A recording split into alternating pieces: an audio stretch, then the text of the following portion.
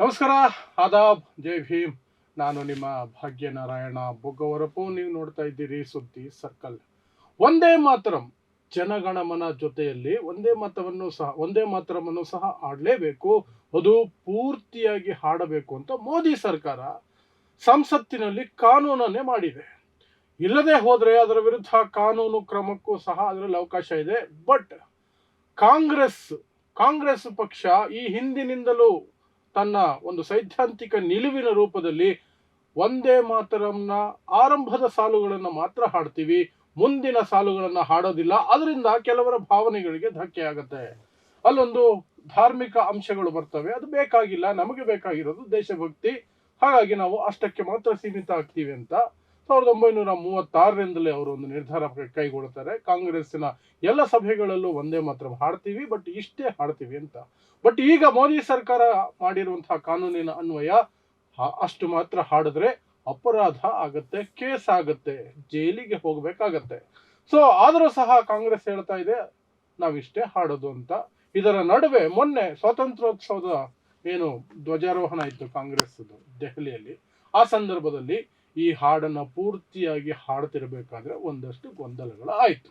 ಮಲ್ಲಿಕಾರ್ಜುನ ಖರ್ಗೆ, ಸೋನಿಯಾ ಗಾಂಧಿ ಎಲ್ಲರೂ ಇದ್ದಂತಹ ಆ ಒಂದು ಕಾರ್ಯಕ್ರಮದಲ್ಲಿ, ರಾಹುಲ್ ಗಾಂಧಿ ಅವರು ಇದ್ದಂತಹ ಕಾರ್ಯಕ್ರಮದಲ್ಲಿ ಅವರಿಗೆ ಒಂದು ಸ್ಪಷ್ಟತೆ ಇರಲಿಲ್ಲ. ಎಷ್ಟು ಹಾಡು ಬರುತ್ತೆ, ಇಲ್ಲಿ ನಿಲ್ಲಿಸ್ತಾರ, ಪೂರ್ತಿ ಹೋಗುತ್ತಾ ಏನು ಅಂತ. ಅದನ್ನ ವಿಪಕ್ಷಗಳು ಬಿಜೆಪಿ ಈಗ ಹಿಡ್ಕೊಂಡು ಇದು ಒಂದು ದೇಶದ್ರೋಹ, ಕುಮಾರಸ್ವಾಮಿ ಅಂತವರು ಸೋನಿಯಾ ಗಾಂಧಿ ಮೈಯಲ್ಲಿ ಇಟಲಿ ರಕ್ತ ಓಡ್ತಾ ಇದೆ ಅಂತೆಲ್ಲ ಪ್ರಶ್ನೆಗಳನ್ನು ಮಾಡಿದ್ದಾರೆ. ಸೊ ಅದರ ಬಗ್ಗೆ ಒಂದು ಕ್ಲಾರಿಟಿ, ಕಾಂಗ್ರೆಸ್ಸಿನ ಅಧಿಕೃತವಾದಂತಹ ಒಂದು ಅವರ ಸೈದ್ಧಾಂತಿಕ ನಿಲುವೇನು, ಅದರ ಬಗ್ಗೆ ಕ್ಲಾರಿಟಿ ಕೊಡೋದಕ್ಕೆ ನಮ್ಮ ಜೊತೆ ಇವತ್ತು ಕಾಂಗ್ರೆಸ್ಸಿನ ವಕ್ತಾರರಾಗಿರುವಂತಹ HD ದರ್ಶನ್ ಅವರಿದ್ದಾರೆ. ಸರ್, ಕಾರ್ಯಕ್ರಮಕ್ಕೆ ಸ್ವಾಗತ. ನಮಸ್ತೆ. ಸೊ ಮೊದಲಿಗೆ ಈ ಕಾನೂನನ್ನು ಮಾಡಿದ್ದಾರೆ, ಬಟ್ ನಿಮ್ಮ ರಾಜ್ಯಾಧ್ಯಕ್ಷರು ಹೇಳ್ತಾರೆ ನಮ್ಮನ್ನು ಜೈಲಿಗೆ ಹಾಕೋರು ಸರಿ, ಶಿಕ್ಷೆ ಕೊಟ್ಟರು ಸರಿ, ನಾವು ಇಷ್ಟೇ ಆಡೋದು, ಇದು ನಮ್ಮ ಸೈದ್ಧಾಂತಿಕ ನಿಲುವು ಅಂತ. ಇದನ್ನು ಹೇಗೆ ಒಂದು ಕಾನೂನು ಅಂತ ಮಾಡಿದ್ಮೇಲೆ, ಮಣ್ಣಿನ ಕಾನೂನು ಅಂತ ಆದ್ಮೇಲೆ ಅದನ್ನ ಚಾಲೆಂಜ್ ಮಾಡಬಹುದು ಕೋರ್ಟ್ಗಳಲ್ಲಿ, ಏನ್ ಬೇಕಾದ್ರೂ ಮಾಡಬಹುದು, ಬಟ್ ಮಾಡಲ್ಲ, ನಾವು ಅದನ್ನ ಅಪರಾಧ ಆದ್ರೂ ಅಪರಾಧ ಮಾಡ್ತೀವಿ ಅನ್ನೋದನ್ನ ಹೇಗೆ ನೀವು ಇದು ಮಾಡ್ತೀರಿ, ಡಿಫೆಂಡ್ ಮಾಡ್ಕೊಳ್ತೀರಿ? ಮೊದಲಿಗೆ ಭಾರತ ಒಂದು ಗಣತಂತ್ರ ದೇಶ, ಪ್ರಜಾಪ್ರಭುತ್ವ ದೇಶ. ಈ ಇತ್ತೀಚೆಗೆ ನಾವು ಕಳೆದ 12 ವರ್ಷದಿಂದ ದಿನ ಬೆಳಗಾದರೆ ಇದು ಸರ್ವಾಧಿಕಾರಿ ಆಳ್ವಿಕೆಯತ್ತ ಭಾರತ ಸಾಗ್ತಾ ಇದೆ ಅನ್ನುವಂಥದ್ರಲ್ಲಿ ಎರಡು ಮಾತಿಲ್ಲ. ನಿಮಗೆ ಬೇಕಾದಂತಹ ಕಾನೂನುಗಳನ್ನ ನೀವು ರಚನೆ ಮಾಡೋದು, ಅದಕ್ಕೊಂದು ದೇಶ ಪ್ರೇಮದ ಬಣ್ಣ ಕಟ್ಟೋದು, ಈ ದೇಶದಲ್ಲಿ ನೈಜವಾದಂತಹ ಸಮಸ್ಯೆಗಳನ್ನ ಮುಚ್ಚಾಕುವಂಥ ಕೆಲಸವನ್ನು ಪ್ರತಿನಿತ್ಯ ಮಾಡ್ತಾ ಬರ್ತಾ ಇದ್ದಾರೆ. ಉದಾಹರಣೆ ಒಂದು ಚಿಕ್ಕದು ಹೇಳ್ತೀನಿ. ಆರ್ಟಿಕಲ್ 370 ತಗೊಂಬರ್ತೀವಿ. ಒಬ್ಬರು ಈ ದೇಶಕ್ಕೆ ಟೆರರ್ ಅಟ್ಯಾಕ್ ಆಗೋದಿಲ್ಲ ಅಂತೇಳಿ ನರೇಂದ್ರ ಮೋದಿಯವರೆಲ್ಲ ಹೇಳಿದರು. ಆದರೆ ಆರ್ಟಿಕಲ್ 370 ಅವರೇನು ತೆಗಿತೀವಿ ಅಂತ ಹೇಳಿದರು, ಅದ್ರ ಮೂಲ ಉದ್ದೇಶ ಇದ್ದಿದ್ದು ಅಂಬಾನಿ ಅದಾನಿ ಕಂಪ್ನಿಗಳು ಅಲ್ಲಿಗೆ ಹೋಗಿ ಅಲ್ಲಿಯ ಭೂಮಿಯನ್ನು ಕೊಳ್ಳೆ ಹೊಡೆಯುವಂಥ ಉದ್ದೇಶ ಅನ್ನುವಂಥದ್ದು ಕ್ಲಿಯರ್ ಕಟ್ಟಾಗಿ ಗೊತ್ತಾಗಿದೆ. ಸೊ ಅದಕ್ಕೆ ಭಾಳ ಮುಖ್ಯವಾಗಿ ಲದಾಖ್ ಪ್ರದೇಶಗಳಲ್ಲೆಲ್ಲ ಹೋರಾಟಗಳು ಬಹಳ ದೊಡ್ಡದಾಗಿ ನಡೀತಾನೂ ಇದೆ. ಒಂದು ಹಾಗೆಯೇ ದಾಳಿಗಳು ನಿಂತವಾ, ಪೆಹಲ್ಗಾಮ್ ದಾಳಿ ಆಯಿತು, ಪುಲ್ವಾಮಾ ದಾಳಿ ಆಯಿತು, ಅಕ್ಷರಧಾಮ ದಾಳಿ ಆಯಿತು, ಅಮರನಾಥ್ ಯಾತ್ರಿಗಳ ಮೇಲೆ ದಾಳಿ ಆಯಿತು, ಯಾವುದು ಪಠಾನ್ಕೋಟ್ ಮೇಲೆ ದಾಳಿ ಆಯಿತು, ಉರಿ ದಾಳಿ ಆಯಿತು, ದೆಹಲಿ ಕೆಂಪುಕೋಟೆ ಅದ್ರ ಮುಂಭಾಗನೇ ದಾಳಿ ಆಯಿತು, ಬಾಂಬ್ ಬ್ಲಾಸ್ಟ್ ಆಯಿತು. ದಾಳಿಗಳು ನಿತ್ಯ ನಿರಂತರವಾಗಿ ನಡೀತಾ ಇದೆ. ಅಂದರೆ ನೀವು ತಂದ ಕಾನೂನು ಏನಾಯಿತು? ಹಾಗೆಯೇ ಕಪ್ಪು ಹಣ ಅಂತಂದರು. ಆ ಕಪ್ಪು ಹಣನ ಗುರಿಯಾಗಿರಿಸಿದ್ದು ಇದು ಟೆರರಿಸ್ಟ್ ಮೂಲ, ಅಲ್ಲಿಗೆ ಹೋಗುತ್ತೆ ಇಲ್ಲಿಗೆ ಹೋಗುತ್ತೆ ಏನೇನೋ ಕತೆಗಳನ್ನೆಲ್ಲ ಹೇಳಿದರು. ಆಯಿತು, ನೋಟ್ ಬ್ಯಾನ್ ಮಾಡಿದರು. ನೋಟ್ ಬ್ಯಾನ್ ಆದಮೇಲೆ ಇಡೀ ದೇಶದಲ್ಲಿ ನೋಟ್ ಬ್ಯಾನ್ ಮಾಡಬೇಕಾದ್ರೆ ಅದನ್ನ ಹಣನ ನಾಶ ಮಾಡೋದಕ್ಕೂ ಹಣ ಖರ್ಚು, ಹೊಸದಾಗಿ ಪ್ರಿಂಟ್ ಮಾಡೋದಕ್ಕೂ ಹಣ ಖರ್ಚು, ನಯಾ ಪೈಸೆ ಕಪ್ಪು ಹಣ ಬರಲಿಲ್ಲ. ಆಯಿತು, ಇವ್ರ ಕಾನೂನು ಅಲ್ಲಿಗೆ ಏನು ಮಾಡ್ತು ಅಂತ ಉದ್ದೇಶ. ಇವತ್ತು ರಾಷ್ಟ್ರಪ್ರೇಮದ ಪಾಠವನ್ನು ದಿನ ಬೆಳಗಾದರೆ ನಮಗೆ ನೀತಿ ಪಾಠ ಥರ ಹೇಳ್ತಾ ಬರ್ತಾ ಇದ್ದಾರೆ. ಇವರ ಸಿದ್ಧಾಂತಗಳು, ಹಿನ್ನೆಲೆಗಳು ಸೈದ್ಧಾಂತಿಕವಾಗಿ ನಾವು ನೋಡ್ಬೇಕಂತಂದರೆ, ಈವನ್ ಟುಡೇ ನಾವು ಇವತ್ತು ಬಂದು ಈ ತಾರೀಕಿನಂದು ಕೂತಿದ್ದೀನಲ್ಲ, ಈವನ್ ಟುಡೇ ಇವರು RSS ಕಚೇರಿನಲ್ಲಿ ರಾಷ್ಟ್ರಗೀತೆನೇ ಹಾಡಿಸಿಲ್ಲ. ಇವರು 2004 ತನಕ ರಾಷ್ಟ್ರಧ್ವಜವನ್ನೇ ಇವರು RSS ಕಚೇರಿನಲ್ಲಿ ಹಾರಿಸಿಲ್ಲ. ಇದೇ ಒಂದೇ ಮಾತ್ರಮ್ಮನ್ನು ಈಗ ಅದು ನರೇಂದ್ರ ಮೋದಿಯವ್ರನ್ನೇ ಕರ್ಕೊಬಂದು ಕೂರಿಸ್ಕೊಳ್ಳಿ, ನಿಮ್ಮ ಪುಣ್ಯ ಅವ್ರು ಸಿಕ್ಕಿದ್ರೆ, ಯಾವ ಮಾಧ್ಯಮಕ್ಕೂ ಸಿಕ್ಕಿಲ್ಲ. ಅಥವಾ ಇಲ್ಲಿ ಯಡಿಯೂರಪ್ಪನವ್ರನ್ನೇ ಕರ್ಕೊಬಂದು ಇಲ್ಲಿ ಕೂರಿಸ್ಕೊಳ್ಳಿ, ಸದಾನಂದ ಗೌಡರು ಕೂರಿಸ್ಕೊಳ್ಳಿ, ವಿಜಯೇಂದ್ರವ್ರು ಕೂರಿಸ್ಕೊಳ್ಳಿ, ಅಥವಾ ಅಶೋಕ್ ಅವ್ರು ಕೂರಿಸ್ಕೊಳ್ಳಿ. ಅವ್ರಿಗೆ ನೀವು ಒಂದೇ ಮಾತ್ರಂ 6 ಚರಣಗಳನ್ನ ಹೇಳಿ ಅಂಥೇಳಿ ಅವ್ರು ನಿಮ್ಮ ಮುಂದೆ ಹೇಳಿಬಿಟ್ರೆ ಅವ್ರು ಏನು ಕೇಳ್ತಾರೆ ನಾನೇ ಕೊಡ್ತೀನಿ ಸರ್. ಅವರಿಗೇ ಬರಲ್ಲ. ಮೊನ್ನೆ ಅದು ಚಾನಲ್ ಡಿಬೇಟಿಗೆ ಹೋಗಿದ್ದೀನಿ, ಒಬ್ಬ ಸೊಕಾಳ್ ದೊಡ್ಡ ವಕ್ತಾರ, ಫೇಮಸ್ ವಕ್ತಾರ ಬಿ ಜೆ ಪಿಯವರು, ರೀ ಒಂದೇ ಮಾತ್ರ ಮಾಡ್ರಿ ಅಂದರೆ ನಗ್ತಾರೆ. ಬಂದರೆ ತಾನೇ. ಅದೇ ನಮ್ಮ 2 ಚರಣ ನೀವು ಎಲ್ಲೇ ಕೂರಿಸಿ ನಾನು ಹೇಳ್ತೀನಿ, ನಮ್ಮ ರಾಷ್ಟ್ರಗೀತೆ ನೀವು ಎಲ್ಲೇ ಕೂರಿಸಿ ನಾನು ಹೇಳ್ತೀನಿ, ನಾಡಗೀತೆ ನೀವು ಎಲ್ಲೇ ಕೂರಿಸಿ ನಾನು ಹೇಳ್ತೀನಿ. ಹಾಗೆಯೇ ಇದು 1875ರಲ್ಲಿ ಬಂಕಿಮ್ ಚಂದ್ರ ಚಟರ್ಜಿಯವರು ಬರೆದಿರೋದು, ನಮ್ಮ ಕಾಂಗ್ರೆಸ್ ಅಧಿವೇಶನದಲ್ಲಿ 1937ರಲ್ಲಿ ಅನುಷ್ಠಾನಕ್ಕೆ ತಂದಿರೋದು. ನಾವು ಮೊನ್ನೆ ಸ್ವಾತಂತ್ರ್ಯ ದಿನ ಅಂತಲ್ಲ ಸರ್, 1937ರಿಂದ ಕಾಂಗ್ರೆಸ್ನ ಯಾವುದೇ ಕಾರ್ಯಕ್ರಮಗಳು, ಇದು ಸ್ವಾತಂತ್ರ್ಯ ದಿನಾಚರಣೆ, ಗಣತಂತ್ರ ದಿನಾಚರಣೆ, ಅಥವಾ ಮಹಾತ್ಮ ಗಾಂಧಿಯವರ ಏನು ಪುಣ್ಯಸ್ಮರಣೆ ಸಂದರ್ಭ ಆಗಿರ್ಬೋದು, ಅಥವಾ ಅವರ ಹುಟ್ಟಿದಬ್ಬ ಆಗಿರ್ಬೋದು, ಜವಾಹರ್ಲಾಲ್ ನೆಹರೂರವರ ಹುಟ್ಟಿದಬ್ಬ ಆಗಿರ್ಬೋದು, ಯಾವುದೇ ಕಾಂಗ್ರೆಸ್ನ ಅಧಿವೇಶನಗಳಾಗಿರ್ಬೋದು. ಮೊನ್ನೆ ಬೆಳಗಾವಿನಲ್ಲಿ ಗಾಂಧಿ ಭಾರತ ಅಂತ ಮಾಡಿದ್ವಲ್ಲ, ಅದರಲ್ಲಿ ಜೈ ಬಾಪು, ಜೈ ಗಾಂಧಿ, ಜೈ ಸಂವಿಧಾನ್ ಆ ಶೀರ್ಷಿಕೆ ಅಂಡರಲ್ಲೇ ಮಾಡಿ ಒಂದೇ ಮಾತ್ರ 2 ಚರಣಗಳನ್ನ ಹಾಡಿಯೇ ನಾವು ಕಾರ್ಯಕ್ರಮವನ್ನು ಶುರು ಮಾಡೋದು. ಹಾಗೆಯೇ ರಾಷ್ಟ್ರಗೀತೆಯನ್ನು ಹೇಳಿಯೇ ಕಾರ್ಯಕ್ರಮವನ್ನು ಸಮಾಪ್ತಿ ಮಾಡುವಂಥದ್ದು. ನಮ್ಮ ಕಾಂಗ್ರೆಸ್ ಕಚೇರಿಯಲ್ಲಿ ಸದಾ ತಿರಂಗ ಧ್ವಜ ಹಾರಾಡ್ತಾ ಇರ್ತದೆ. ಹಾಗಾಗಿ ದೇಶ ಪ್ರೇಮವನ್ನು ಇವರು ಬಿ ಜೆ ಪಿಯಿಂದ ನಾವು ಕಳೆಯುವಂಥ ಅವಶ್ಯಕತೆ ಇಲ್ಲ ಅಂತ ಸ್ಪಷ್ಟವಾಗಿ ಹೇಳ್ತಾ, ಒಂದೇ ಮಾತ್ರಮ್ಗೆ ಇವರು ಕಾನೂನು, ಈ ದೇಶದ ಸಂವಿಧಾನ ಕಾನೂನು ಏನು ಹೇಳುತ್ತೆ, ನಾವೇನು ಕಾನೂನು ತಂದಿದ್ದೀವಿ ಅದನ್ನು ನೀವು ಕೇಳಬೇಕು ಅಂತ, ಇಲ್ಲಾಂದರೆ ಕಾನೂನು ಕ್ರಮ. ನಾವು ಕಾಂಗ್ರೆಸ್ಸಿಗರು ಸರ್, ಅವರೇನು ಹಬ್ಬಬ್ಬ ಅಂದರೆ ಜೈಲು ಅಂತಾರೆ, ಅವರು ಹ್ಯಾಂಗ್ ಶಿಕ್ಷೆ ಏನೋ ಗಲ್ ಶಿಕ್ಷೆ ಕೊಟ್ಟರು we are ready to take. ದೇಶಕ್ಕೋಸ್ಕರನೇ ಪ್ರಾಣ ತ್ಯಾಗ, ಬಲಿದಾನ, ಮನೆ ಮಠ ಎಲ್ಲ ಬಿಟ್ಟು ವರ್ಷಾನುಗಟ್ಟಲೆ. ನೆಹರೂರವರು ದೇಶದ ಮೊದಲ ಪ್ರಧಾನಿ 9 ವರ್ಷ ಸ್ವಂತ ಮಗಳು ಮದುವೆಗೆ ಹೋಗೋದಕ್ಕಾಗಿರಲಿಲ್ಲ. ರಾಜೀವ್ ಗಾಂಧಿಯವ್ರನ್ನ ಇಲ್ಲಿ ಇಟ್ಕೊಂಡೋಗಿ ಜೈಲ್ ಬಾಗ್ಲಲ್ಲಿ ತೋರಿಸ್ತಾರಂತೆ ನೆಹರೂರವ್ರಿಗೆ. ಅಂದರೆ ಅಂಥ ತ್ಯಾಗ ಬಲಿದಾನಗಳು. ನೆಹರೂರವರ ಧರ್ಮಪತ್ನಿಯವರಿಗೆ ಅನಾರೋಗ್ಯ ಆದಾಗ ಸುಭಾಷ್ ಚಂದ್ರ ಬೋಸ್ ಅವರು ಸ್ವಿಟ್ಜರ್ಲ್ಯಾಂಡಲ್ಲಿ ಹೋಗಿ ಅವರ ಆರೋಗ್ಯ ವಿಚಾರಿಸಿ ಅವರನ್ನು ನೋಡ್ತಾ ಇದ್ರು. ಪಾಪ ನೆಹರೂರವರು ಜೈಲ್ ಶಿಕ್ಷೆನಲ್ಲಿ ಇದ್ದರು. ಇದು ವಾಸ್ತವ ಇತಿಹಾಸದ ಸತ್ಯ. 1949 ನವೆಂಬರ್ 26ನೇ ತಾರೀಕು ರಾಮಲೀಲಾ ಮೈದಾನದಲ್ಲಿ ಇವರ ತಾತಂದರು ಮುತ್ತಾತಂದರು ಇದೇ ರಾಮಲೀಲಾ ಮೈದಾನದಲ್ಲಿ ನಮಗೆ ಯಾರು ಬಾಬಾ ಸಾಹೇಬ್ ಅಂಬೇಡ್ಕರ್ ಅವರು ಸಂವಿಧಾನವನ್ನು ಪ್ರಸ್ತಾವನೆ ಮಾಡುವಂಥ ಸಂದರ್ಭದಲ್ಲಿ ನಮಗೆ ಸಂವಿಧಾನ ಬೇಡ, ಮನುವಾದ ಬೇಕು ಅಂದಿರೋ ಗಿರಾಕಿಗಳು, ನಮಗೆ ರಾಷ್ಟ್ರ ಧ್ವಜ ತಿರಂಗ ಬೇಡ, ನಮ್ಮದು ಕೇಸರಿ ಅಂತ ಅವತ್ತು ಮಾತಾಡಿರೋ ಮುತ್ತಾತಿಂದ್ರ ಸಂತಾನದವರು, ನಮಗೆ ರಾಷ್ಟ್ರಗೀತೆ ಬೇಡ, ಅದ್ಯಾವುದು ಸದಾ ವತ್ಸಲೆ ಅಂತೇಳಿ. ನಾಳೆನೇ ಇವರಿಗೆ ತಾಕತ್ತು ದಮ್ಮಿದ್ರೆ ಸದಾ ವತ್ಸಲೆನ ಅವರ ನಾಗ್ಪುರ ಕಚೇರಿಗಳಲ್ಲಿ ಬಿ ಜೆ ಪಿ ಕಚೇರಿಗಳಿಂದ ತೆಗೆದು ಒಂದೇ ಮಾತ್ರನೇ ರಾಷ್ಟ್ರಗೀತೆ ಅಂತಲೇ ಹಾಡಲಿ, ಹೇಳೋಕ್ಕಾಗುತ್ತಾ? ತಾವೇ ಮಾಡ್ತಿಲ್ಲ, ತಾವೇ ವಿರೋಧಿಸ್ತವರು. ಅವನು ಯಾರು ಅನಂತಕುಮಾರ್ ಹೆಗಡೆ, ನಾವು 400 ಪಾರು ನಾವು ಬಂದಿರೋದೇ ಸಂವಿಧಾನ ಬದಲಾಯಿಸಲಿಕ್ಕೆ ಅಂತ ಹೇಳಿದಂಥವರು.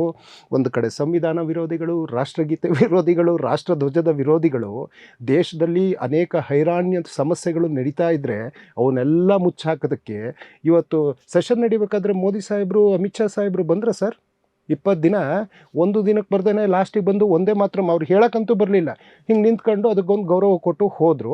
ಸೊ ಇವರಿಂದ ನಮಗೆ ನೀತಿ ಪಾಠದ ಅವಶ್ಯಕತೆ ಇಲ್ಲ ಸರ್. ಓಕೆ.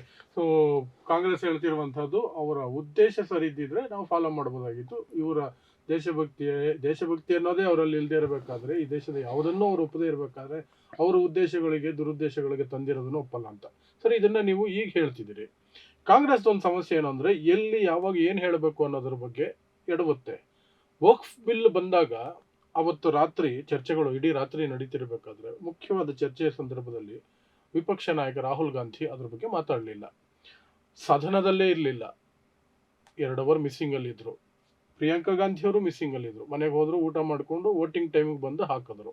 ಮೊನ್ನೆ ಇದೇ ವಿಚಾರವಾಗಿ ನೀವು ಇವಾಗ ಏನು ಹೇಳ್ತಿದ್ರಿ, ಇದು ಸಂವಿಧಾನ ವಿರೋಧಿ ಅಥವಾ ನಮ್ಮ ದೇಶಕ್ಕೆ ಹೊಂದಲ್ಲ, ಅದು ಪೂರ್ತಿ ಹಾಡಾಡೋದು ಅನ್ನೋದ್ರ ಬಗ್ಗೆ ಚರ್ಚೆ ಮಾಡೋದಕ್ಕಾದರೂ ಸದನನ ನಡೆಯೋದಕ್ಕೆ ಬಿಟ್ಟು ಆ ಒಂದು ಬಿಲ್ ಪಾಸ್ ಮಾಡುವಾಗ ಅಟ್ಲೀಸ್ಟ್ ದೇಶದ ಜನಕ್ಕೆ ಚರ್ಚೆಗೆ ಒಂದೇ ಮಾತ್ರಮ್ಗೆ ಚರ್ಚೆಯಲ್ಲಿ ಪಾಲ್ಗೊಂಡು ದೇಶದ ಜನರ ಮುಂದೆ ಇಡಬಹುದಾಗಿತ್ತು. ಅದನ್ನು ಮಾಡಲಿಲ್ಲ. ಸೊ ಅಂತಹದನ್ನ ಈ ಕಾಂಗ್ರೆಸ್ ಅಲ್ಲಿ ಮಾಡದೆ ಹೊರಗಡೆ ಮಾಡುತ್ತೆ ಅಂದಾಗ ಜನ ಅನುಮಾನದಿಂದ ಪ್ರಶ್ನೆ ಮಾಡ್ತಾ ಇದ್ರು. ರಾಜಕೀಯ ಇಲ್ಲ, ನೀವು ರಾಹುಲ್ ಗಾಂಧಿ ಅವ್ರನ್ನ ಪಾಪ ಎಷ್ಟು ನೀಟಾಗಿ ಫಾಲೋ ಮಾಡ್ತಾ ಇದ್ದೀರಿ ಅಂದರೆ, ಅವ್ರು 2 ಅವರಲ್ಲಿ ಮಿಸ್ ಆದ್ರು ಅನ್ನೋದನ್ನ ಭಾಳ ಕ್ಲಿಯರಾಗಿ ಹೇಳ್ತಾ ಇದ್ದೀರಾ. ಅವ್ರು ವಿರೋಧ ಪಕ್ಷದ ನಾಯಕರು. ಕೆಲವೊಂದು ಪೂರ್ವ ನಿಯೋಜಿತ ಕಾರ್ಯಕ್ರಮಗಳಿದ್ದಾಗ ಕೆಲವೊಂದು ಸರಿ ಬರಲಿಕ್ಕೆ ಆಗೋದಿಲ್ಲ. ಆದರೆ ದೆಹಲಿನಲ್ಲೇ ಜಾಂಟ ಹುಡ್ಕೊಂಡಿರ್ತಕ್ಕಂಥ ಮಾನ್ಯ ನರೇಂದ್ರ ಮೋದಿಯವರು, ಅಮಿತ್ ಶಾ ಅವರು ಈ ದೇಶದಲ್ಲಿ ನಡೀತಾ ಇರ್ತಕ್ಕಂಥ ಜ್ವಲಂತ ಸಮಸ್ಯೆಗಳ ಮೇಲೆ ಸಂಸತ್ತಲ್ಲಿ ಭಾಳ ವಿಚಾರಗಳಿದ್ದು, ಈ ಒಂದು ಗ್ಯಾಸ್ ದರ ಏರಿಕೆ ಆಗಿರ್ಬೋದು, ಪೆಟ್ರೋಲ್ ದರ ಏರಿಕೆ ಆಗಿರ್ಬೋದು, ಅಥವಾ ಬೇರೆ ದೇಶಗಳ ನಡುವಿನ ಸಂಬಂಧಗಳಾಗಿರ್ಬೋದು, ಎಫ್ಸ್ಟೀನ್ ಫೈಲ್ನ ವಿಚಾರ ಆಗಿರ್ಬೋದು, ಅಥವಾ ಮಣಿಪುರದ ದಂಗೆ ಆಗ್ತಾ ಇರುವಂಥ ವಿಚಾರ ಆಗಿರ್ಬೋದು, ರೈತರ ಮೇಲೆ ನಡೀತಾ ಇರ್ತಕ್ಕಂಥ ಹಲ್ಲೆಗಳ ವಿಚಾರ ಆಗಿರ್ಬೋದು, ಅಥವಾ ಜಂತರ್ ಮಂತರ್ನಲ್ಲಿ ವಿದ್ಯಾರ್ಥಿಗಳ ಮೇಲೆ ಏನು ಶೂಟೌಟ್ ಪ್ರಕರಣ, ಲಾಠಿ ಚಾರ್ಜ್ ಪ್ರಕರಣ, ಎಲ್ಲ ವಿದ್ಯಾರ್ಥಿಗಳು ಅಂಥ ಎಲ್ಲ ವಿಚಾರಗಳ ಒಂದು ಚರ್ಚೆ. ಈ ದೇಶದ ಭವಿಷ್ಯ ಅಲ್ವಾ ಸರ್ ಯುವಕರು, ಅದಕ್ಕೆ ನಾಪತ್ತೆ ಆಗೋಗಿದ್ದಾರೆ. ಆದರೆ ಖಂಡಿತವಾಗ್ಲೂ ಕಾಂಗ್ರೆಸ್ ಯಾವತ್ತೂ ದ್ವಿಬಗೆಯ ನೀತಿಯನ್ನು ಎಂದೂ ಹಿಂದೆನೂ ಅನುಸರಿಸಿಲ್ಲ, ಇಂದು ಅನುಸರಿಸೋದಿಲ್ಲ, ಮುಂದೆನೂ ಅನುಸರಿಸೋದಿಲ್ಲ. ಇನ್ನೊಬ್ಬರು ನೀವು ಮಾತಾಡ್ತಾ ಪ್ರಶ್ನೆ ಬಂತವಾಗ, ಮಹಾನುಭಾವರು ಕರ್ನಾಟಕದಿಂದ ಒಬ್ಬರು ರಾಜಕಾರಣಿ, ನಮ್ಮ ಕುಮಾರಸ್ವಾಮಿ ಅವ್ರ ಹೇಳಿಕೆ ಅಧಿನಾಯಕಿ. ಬಗ್ಗೆ ಹೇಳ್ತೀನಿ. ಈಗ ನಾವು ಇದ್ರ ಬಗ್ಗೆ ಫೋಕಸ್ ಮಾಡಿ, ಯಾಕೆ ಕಾಂಗ್ರೆಸ್ನವರು ಸದನದ ಒಳಗೆ ಎತ್ತಬೇಕಾದ ವಿಚಾರಗಳನ್ನ ಆ ಸಮಯಕ್ಕೆ ಎತ್ತೋದಿಲ್ಲ ಅಂತ. ಸರ್, ನಾವು ಪ್ರಶ್ನೆ ಎತ್ತೋದಕ್ಕೆ ಉತ್ತರದಾಯಿಗಳೇ ನಿರುತ್ತರವಾಗಿ ಅವರೇ ನಾಪತ್ತೆ ಆದರೆ ಯಾರ ಮುಂದೆ ಏನು ಎತ್ತೋದು? ಮೈಕ್ ಆಫ್ ಮಾಡ್ತಾರಲ್ಲ. ನಾ ಹೇಳಿದ್ದು ಅವಾಗಲೇ ನಿಮಗೆ, ಸರ್ವಾಧಿಕಾರಿಯತ್ತ ಭಾರತ ಸಾಗ್ತಾ ಇದೆ. ಆಡೋ ಮಕ್ಕಳು ಇವತ್ತು ಬೀದಿಲಿ ನಿಂತ ತಕ್ಷಣ ಒಬ್ಬ ಶಿಕ್ಷಣ ಸಚಿವ ರಾಜೀನಾಮೆ ಕೊಟ್ಟಿರೋದು ವಾಸ್ತವ. ಜನ ಖಂಡಿತವಾಗ್ಲೂ, ಯಾಕೆಂದರೆ ನಾವು ಶಾಂತಿ ಪ್ರಿಯರ್ಸು, ನಾವು ಗಾಂಧಿ ತತ್ವದಿಂದನೇ ಬಂದಿರತಕ್ಕಂಥದ್ದು. ಪಾಪ ಮಕ್ಕಳು ಕೈಲೇನು ದೊಣ್ಣೆ ಬಂದಿದ್ರ, ಕೋಲ್ ಬಂದಿದ್ರ, ಕಲ್ಲಿಡ್ಕೊ ಏನೂ ಇಲ್ಲ ಆ ಮಕ್ಕಳ ಮೇಲೆಲ್ಲ.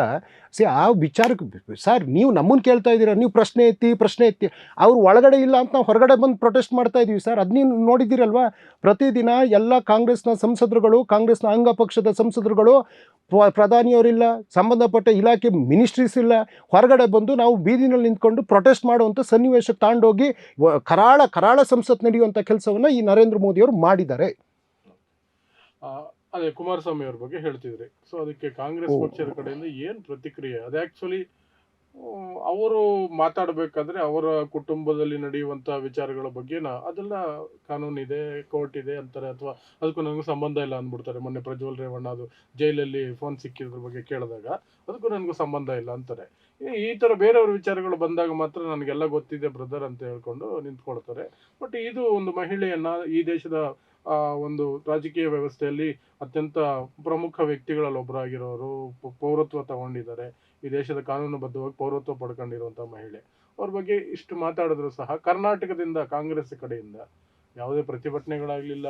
ದೊಡ್ಡದಾಗಿ ದೊಡ್ಡ ನಾಯಕರು, ಯೂತ್ ಕಾಂಗ್ರೆಸ್ ಅವರು ಇದು ಮಾಡಿದ್ರು, ಮುಖ್ಯಮಂತ್ರಿಗಳ ಕಡೆಯಿಂದ ಏನು ಕ್ರಮಗಳಾಗಲಿಲ್ಲ, ಒಂದು FIR ಆಗಲಿಲ್ಲ. ಸೊ ಅದ್ರ ಬಗ್ಗೆ ಏನು ಹೇಳ್ತೀರಿ? 1968ನೇ ಇಸ್ವಿನಲ್ಲಿ ಸೋನಿಯಾ ಮೇಡಮ್ ಅವರು ರಾಜೀವ್ ಗಾಂಧಿಯವರನ್ನು ಅಪ್ಪಿ ಪ್ರೀತಿಸಿ ಈ ಭಾರತದ ಮಣ್ಣಿನ ಸೊಸೆಯಾಗಿ ಭಾರತದ ಸಂಸ್ಕಾರವನ್ನು, ಭಾರತದ ಸಂಸ್ಕೃತಿಯನ್ನು, ಭಾರತದ ಪರಂಪರೆಯನ್ನು ಏಕಪತಿ ವ್ರತಸ್ಥೆ ಅಣ್ಣ ಶುಗರ್ ಡ್ಯಾಡಿಯವರೇ, ಅವರಿಗೆ ಸರ್ನೇಮ್ ಕೊಟ್ಟಿದ್ರಲ್ಲ ಇಲ್ಲಾರೋ ಕರ್ನಾಟಕದಲ್ಲಿ, ಏಕಪತಿ ವ್ರತಸ್ಥೆ ಶ್ರೀಮತಿ ಸೋನಿಯಾ ಗಾಂಧಿಯವರು, ಅವರ ಅತ್ತೆ, ಅವರ ಕಣ್ಮುಂದೆನೇ ಈ ದೇಶಕ್ಕೆ ಪ್ರಾಣ ತ್ಯಾಗ ಮಾಡಿ ಆ ಒಂದು ಸನ್ನಿವೇಶವನ್ನು ಅವರು ಕಂಡಿದ್ದಾರೆ. ತನ್ನ ಭುಜದ ಮಟ್ಟಕ್ಕೆ ಇನ್ನೂ ಮಕ್ಕಳು ಬೆಳೆದಿರಲಿಲ್ಲ. ಆ ಸಂದರ್ಭದಲ್ಲಿ ಈ ದೇಶದ ಒಂದು ಕಡೆ ಇಂದಿರಾ ಗಾಂಧಿಯವ್ರನ್ನ ಇಡೀ ಪ್ರಪಂಚ ಮೆಚ್ಚಿರ್ತಕ್ಕಂಥ ನಾಯಕಿ, ಹಾಗೆಯೇ ಇವತ್ತೊಂದು ಆಧುನಿಕ ಭಾರತಕ್ಕೆ ಬುನಾದಿ ಹಾಕಿರ್ತಕ್ಕಂಥ ರಾಜೀವ್ ಗಾಂಧಿಯವರ ಒಂದು ಮರಣ, ಅವರ ದೇಹವೇ ಛಿದ್ರ ಆಗಿ ಹೋಗಿತ್ತು ಪೆರಂಬದೂರಿನಲ್ಲಿ ಬಾಂಬ್ ಬ್ಲಾಸ್ಟ್ ಆದಾಗ. ಆ ಒಂದು ಹೃದಯ ವಿದ್ರಾವಕ ಸನ್ನಿವೇಶಗಳಲ್ಲಿ ಈ ಭಾರತವನ್ನು ಒಪ್ಪಿ ಅವ್ರು ಹೋಗ್ಬೋದಿತ್ತು ಅವ್ರ ದೇಶಕ್ಕೆ, ಅಥವಾ ಇನ್ನೊಬ್ಬರನ್ನ ಮದುವೆ ಆಗ್ಬೋದಿತ್ತು. ಈ ಶುಗರ್ ಡ್ಯಾಡಿ ಅಂಥವ್ರಿಗೆಲ್ಲ ಸೊ ಏನೇನು ಅವರು ವಿಧಾನಸೌಧದಲ್ಲಿರೋರು ತಾಜ್ ವೆಸ್ಟ್ ಎಂಡಲ್ಲಿ ಯಾಕಿದ್ರು, ಅಥವಾ ವಿಧಾನಸೌಧದಲ್ಲಿ ಅವರೇ ಒಪ್ಕೊಂಡಿದ್ದಾರೆ ನಾನೊಂದು ತಪ್ಪು ಮಾಡಿದ್ದೆ ಅಂತ. ಅಂದರೆ ರಕ್ತದ ಬಗ್ಗೆ ಮಾತಾಡ್ತಾರೆ. ರಕ್ತ ಹಂಚ್ಕೊಂಡು ಹುಟ್ಟಿರ್ತಕ್ಕಂಥ ಕೂಸನ್ನ ಕಾಪಾಡೋಕ್ಕಾಗ್ದಿಲ್ಲ ಯೋಗ್ಯತೆ ಇಲ್ದವ್ರು ಇವರು, ಆಯಿತಾ? ಹೆಸರೆಲ್ಲ ಹೇಳೋದಕ್ಕೆ ಹೋಗೋದಿಲ್ಲ, ಅವ್ರದ್ದೊಂದು ಬದುಕಿರ್ತದೆ, ಆ ಕೆಳಮಟ್ಟಕ್ಕೆ ನಾನು ಹೋಗೋದಿಲ್ಲ. ಆದರೆ ಇವತ್ತು ತನ್ನ ಕಣ್ಮುಂದೆ ಈ ದೇಶದ ಪ್ರಧಾನಿ ಪಟ್ಟ ಅನ್ನುವಂಥದ್ದು ಕಣ್ಮುಂದೆ ಬಂದಾಗ್ಲೂ ಯಾವ ಪೋರ್ಟ್ಫೋಲಿಯೋ ಮಂತ್ರಿ ಬೇಕಿದ್ರೂ ಆಗ್ಬೋದಿತ್ತು ನಮ್ಮ ಭಾರತ ಸರ್ಕಾರದಲ್ಲಿ. ಆದರೆ ಅದನ್ನೂ ತ್ಯಾಗ ಮಾಡಿ ತನ್ನ ಮಗನಿಗೆ ಮಂತ್ರಿ ಮಾಡ್ಬೋದಿತ್ತು ಸ್ವಾಮಿ ಯಾವುದೇ ಕಾಲದಲ್ಲಿ. ಅದನ್ನೂ ತ್ಯಾಗ ಮಾಡಿ ಇವತ್ತು AICC ಪಟ್ಟ ಮನೇಲೇ ಇಟ್ಕೊಬೋದಿತ್ತು. ಅದನ್ನೂ ತ್ಯಾಗ ಮಾಡಿ ಒಂದು ಕಾಂಗ್ರೆಸ್ ಅಂತ ಕಟ್ಟಿ ಬೆಳೆಸಿರ್ತಕ್ಕಂಥ ಭಾರತ ಮಣ್ಣಿನ ಹೆಮ್ಮೆಯ ಮಗಳು ಏಕಪತಿ ವ್ರತಸ್ಥೆ. ಮತ್ತೊಮ್ಮೆ ಹೇಳ್ತೀನಿ, ಐ ಫೀಲ್ ವೆರಿ ಪ್ರೌಡ್. ಅವರು ತೊಡುವಂಥ ಉಡುಗೆ ತೊಡುಗೆ, ಆಚಾರ ವಿಚಾರ, ಸಂಪ್ರದಾಯ, ಮತ್ತೊಂದು ಎಲ್ಲದಕ್ಕೂ I feel very happy, I feel very proud. ಆ ತಾಯಿ ಬಗ್ಗೆ ನನ್ನ ತಾಯಿ ಅಂತಲೇ ಭಾಳ ಹೆಮ್ಮೆಯಿಂದ ಹೇಳ್ತೀನಿ.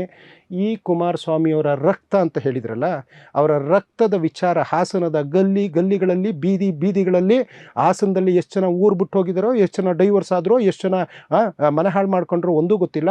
ನಿಮ್ಮ ರಕ್ತದ ಕುಡಿ ಮಾಡಿರ್ತಕ್ಕಂಥ ಘನಘೋರ ಅಪರಾಧಕ್ಕೆ ಘನವೆತ್ತ ನ್ಯಾಯಾಲಯ 2 ಜೀವಿತಾವಧಿಯ ಶಿಕ್ಷೆಯನ್ನು ಕೊಟ್ಟಿರೋದು ಕುಮಾರಣ್ಣ. ನಿಮ್ಮ ರಕ್ತದ ಹಿನ್ನೆಲೆ, ನಿಮ್ಮ ರಕ್ತದ ಹಿನ್ನೆಲೆ, ಗಂಡು ಮಕ್ಕಳನ್ನು ಬಿಡದಿಲ್ದಿರ್ತಕ್ಕಂಥ ನಿಮ್ಮ ಅಣ್ಣನ ಮಗನ ಕಥೆಯನ್ನು ಕೇಳಿ ಹಾಸನದಲ್ಲಿ ಪ್ರತಿಯೊಬ್ಬರು ಮಾತಾಡ್ತಾರೆ.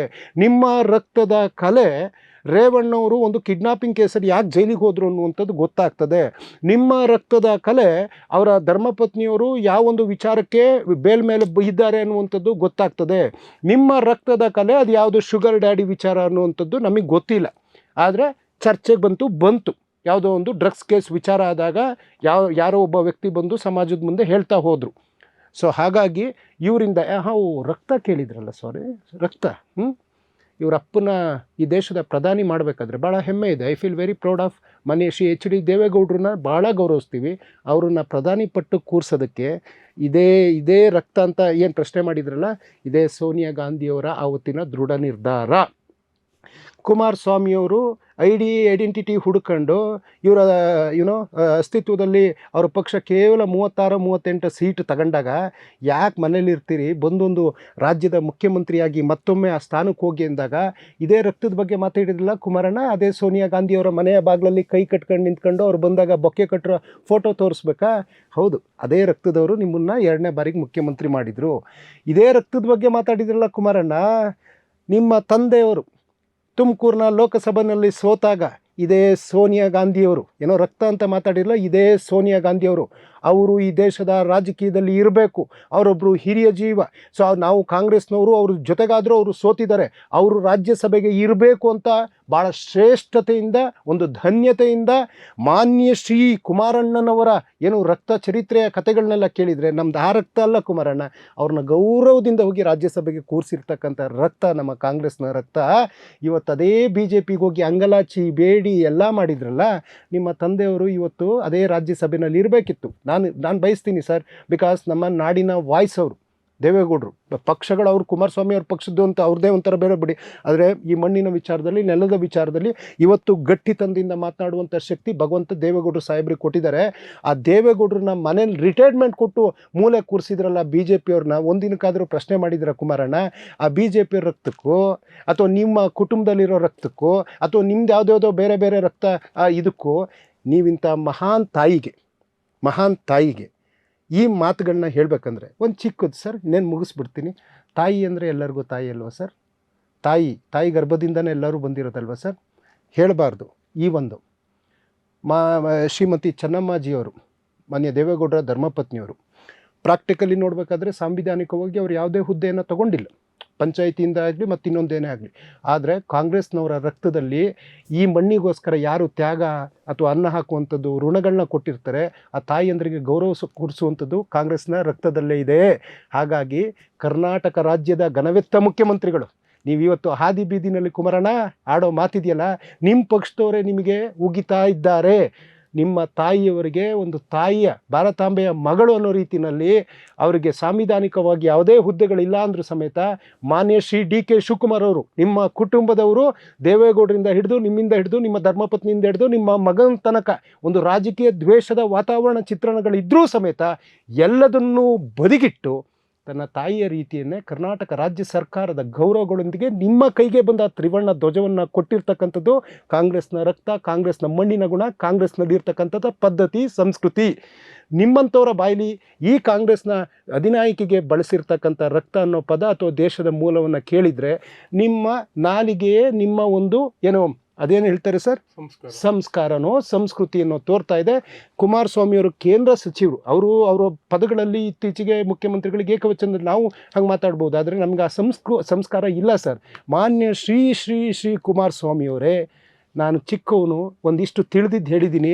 ಇನ್ನು ಹೊಳೆನರಸೀಪುರ ಭಾಗದಲ್ಲೋ ಅಥವಾ ಬಿಡದಿ ಭಾಗದಲ್ಲೋ, ತಾಜ್ ವೆಸ್ಟರ್ನ್ ಭಾಗದಲ್ಲೋ ಅಥವಾ ಇನ್ನು ಬೇರೆ ಬೇರೆ ಕಡೆ ಹೋದಾಗ ಇತಿಹಾಸಗಳು ಭಾಳ ಒಂದು ವಿಚಾರಧಾರೆಗಳು ಹಂಗಿರ್ತವೆ.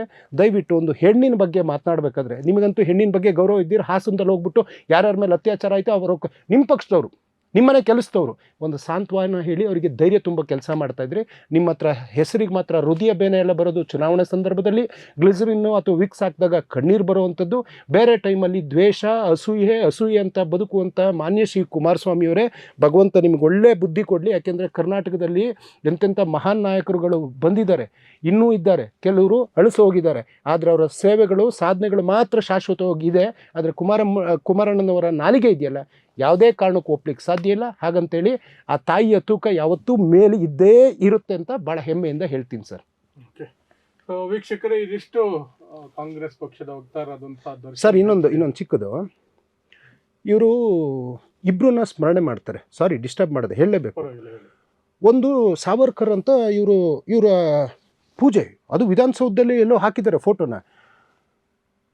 ನಾವು ಪೂಜೆ ಮಾಡ್ತೀವಿ, ಗಾಂಧೀಜಿ ಪೂಜೆ ಮಾಡ್ತೀವಿ, ಗೋಪಾಲಕೃಷ್ಣ ಗೋಖಲೆ ಆಗಿರ್ಬೋದು, ಲಾಲಾ ಲಜಪತ್ ರಾಯ್ ಅವರಾಗಿರ್ಬೋದು, ಭಗತ್ ಸಿಂಗ್ ಅವರಾಗಿರ್ಬೋದು, ಸುಭಾಷ್ ಚಂದ್ರ ಬೋಸ್ ಅವರಾಗಿರ್ಬೋದು, ಅನ್ನಿ ಬೆಸೆಂಟ್ ಅವರಾಗಿರ್ಬೋದು, ಇನ್ನೂ ಅನೇಕರನ್ನ, ಚಂದ್ರಶೇಖರ್ ಆಜಾದ್ ಅವರಾಗಿರ್ಬೋದು, ರಾಜ್ಗುರು ಆಗಿರ್ಬೋದು, ಕಿತ್ತೂರು ರಾಣಿ ಚೆನ್ನಮ್ಮವರಾಗಿರ್ಬೋದು, ಟಿಪ್ಪು ಸುಲ್ತಾನ್ ಆಗಿರ್ಬೋದು, ಕ್ರಾಂತಿವೀರ ಸಂಗೊಳ್ಳಿ ರಾಯಣ್ಣ ಆಗಿರ್ಬೋದು, ಝಾನ್ಸಿ ರಾಣಿ ಲಕ್ಷ್ಮೀಬಾಯಿ ಅವರಾಗಿರ್ಬೋದು.